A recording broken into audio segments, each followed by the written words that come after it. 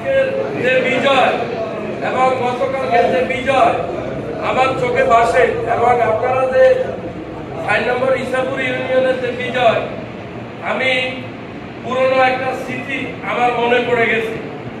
আমরা 14 সালে যখন রামগঞ্জে আওয়ামী লীগের সাথে আমাদের ত্রিমুখী সংঘর্ষ, তখন আমার দায়িত্বটা ছিল আয়শা স্টেশনের সামনে।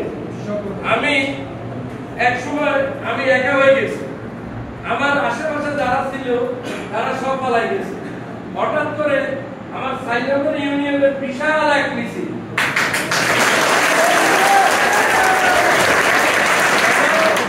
মনটা অনেক বড় হয়ে গেছে।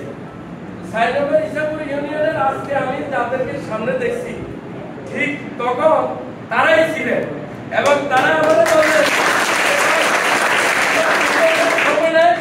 সামনে ডাকবাংলার সামনে একটা লাকি দোকান ছিল। আমাদের 5 নম্বর ইউনিয়নের লোকজন এই লাকি একটা একটা হাতে নিয়ে আমরা মানে আওয়ামী লীগের যে বাহিনী ছিল এর উত্তরানি দিছি, গাড়ি হারিয়ে পড়ে গেছে।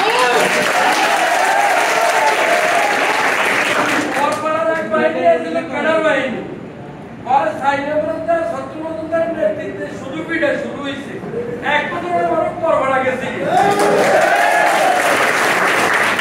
এই কয়েকদিনে এটা কেন স্মৃতিটা মনে পড়লো, 5 নম্বর ইসাপুর ইউনিয়নের লোকজন যদি একবার জ্বলে উঠে তাহলে নিশ্চিত বিজয়।